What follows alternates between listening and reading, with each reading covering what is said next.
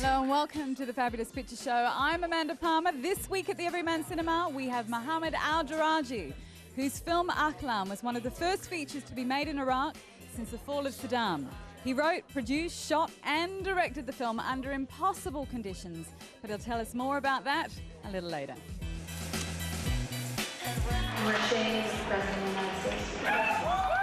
Shut Up and Sing follows the Dixie Chicks after they test the American right to freedom of speech. For what they said, it's trash. We look at South Korea's monster hit, The Host. And what exactly are India's new acting schools teaching their students? But first we have Shut Up and Sing, a documentary about what happened to America's country music sweethearts when the lead singer dared to speak out against war in Iraq. The Grammy for Album of the Year goes to the Dixie Chicks. As the biggest-selling female group of all time, the Dixie Chicks didn't exactly need another Grammy. Taking the long way home, Dixie Chicks. Marty McGuire, let alone 5. But winning in every nominated category was the comeback no one had predicted. This wasn't just about fans embracing their new sound, but rather accepting their politics. Totally lost it backstage at the end of it all. It was sort of my first cry for the last 3 years. Army units are now moving into positions at the border. 10 days before the US sent troops to Iraq, There's also a growing anti-war movement. Texan-born lead singer Natalie Maines on tour in London also made worldwide headlines. And some enemies back home.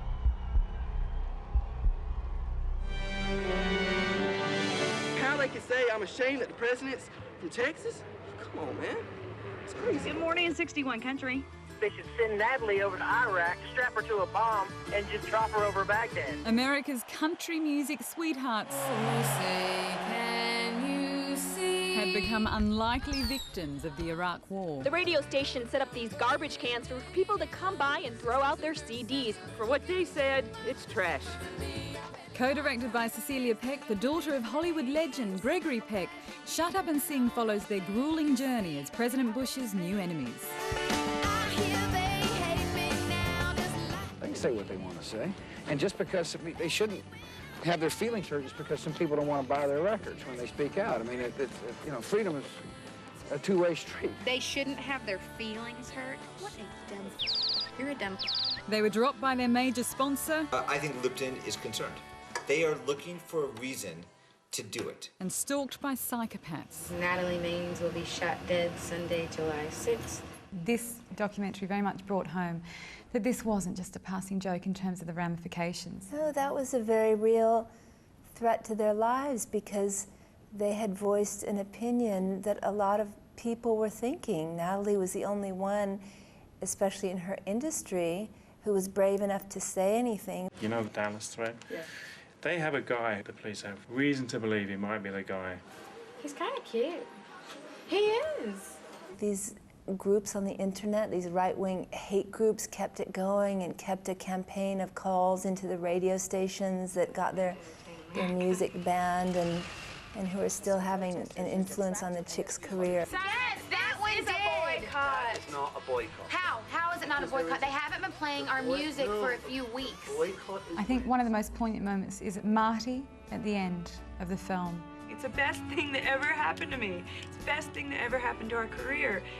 It seems that they're still trying to persuade Natalie that this was a good thing for them. Is Natalie convinced yet?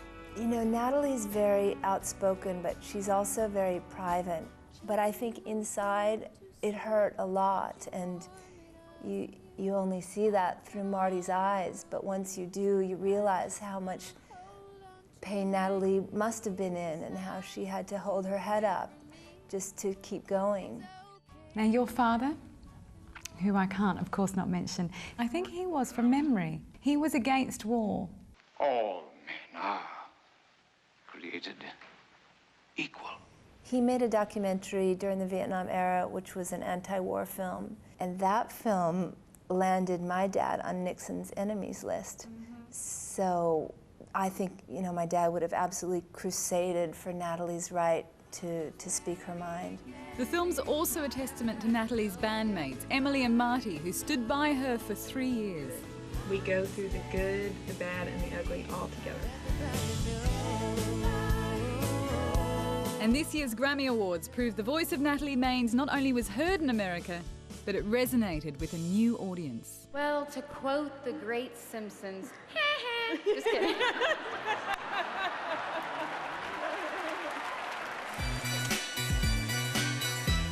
From the Dixie Chicks' real-life-threatening drama to South Korea's monster hit, The Host, the country's biggest film ever.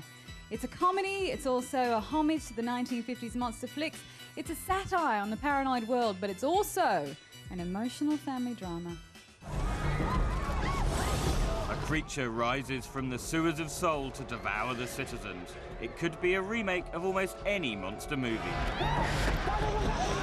But in the genre blending The Host, it's an excuse for satire. The government takes the opportunity to introduce martial law and tries to cover up the beast's origins. Chemicals leaked from the nearby American military base.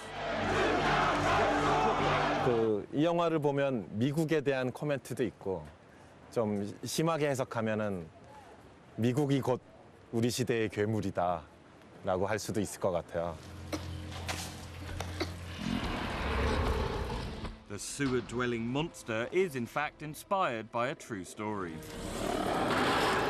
In 2000, anti-American protests were sparked when the US military dumped 20 gallons of formaldehyde into Seoul's Han River, resulting in some seriously mutated fish. 우리는 좀 더 그러니까 사실적이고 실제로 존재할 법한 그런 돌연변이 생물체의 느낌으로 가자.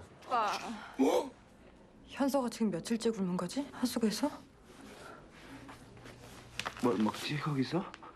Much of the comedy and drama come from the dysfunctional Park family. 거기 노란 있어! When they discover their daughter was taken by the monster, they break out of the government's quarantine and attempt a dramatic rescue. 왜 이 주인공 가족들을 아무도 도와주지 않는가? 국가건 사회건 모든 그 사람들이건 이 가족을 도와주지 않고 이 가족들은 왜 이렇게 외롭게 괴물과 싸워야 되는가?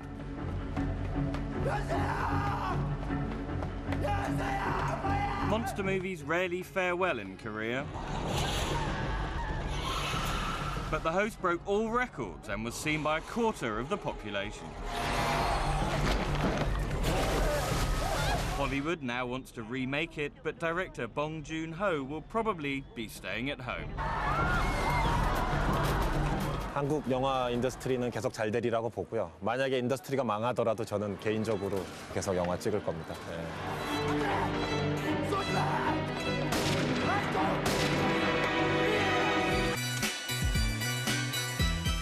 Filmmakers know it's all part of the job to talk about their work.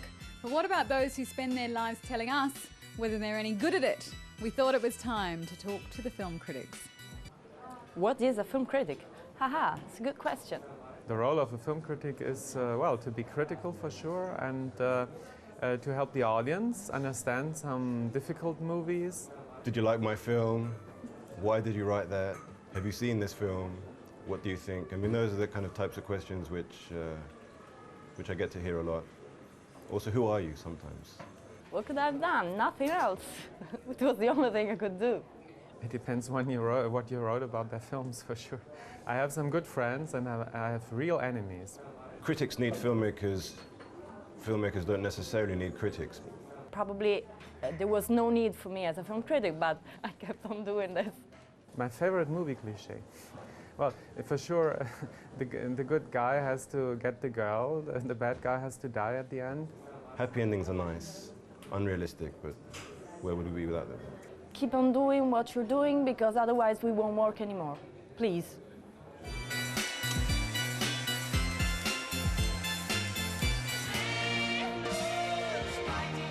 Factory Girl tells the story of Edie Sedgwick, the society girl made a star by 1960s American pop artist Andy Warhol, played by Guy Pearce. I think your daughter's going to be super famous. British tabloid favourite Sienna Miller is Edie, who's fought over by Warhol and a thinly disguised Bob Dylan. Tell me, why are all these cats going to pay a fortune for a soup can? Big things were expected of Miller's first serious acting role. You're an overpaid prophet and I'm a poor little rich girl. But the film's been criticised for being shallow, and Bob Dylan's threatened to sue. Inland Empire sees Blue Velvet and Mulholland Drive director David Lynch on his most mysterious form yet.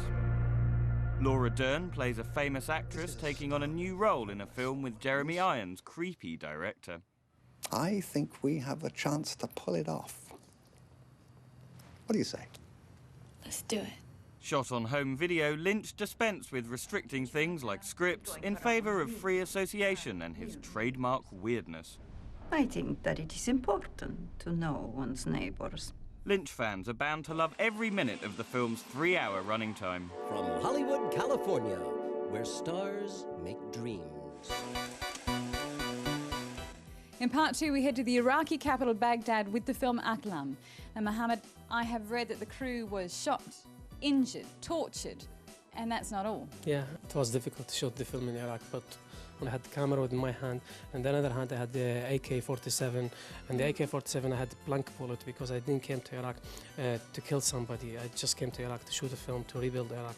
So that was part of the story, how to make the film in Iraq. And the AK-47 didn't help very much. No, you were kidnapped twice, you were almost executed. And I was in the prison also by the American. We'll hear more about that in part 2. He met her in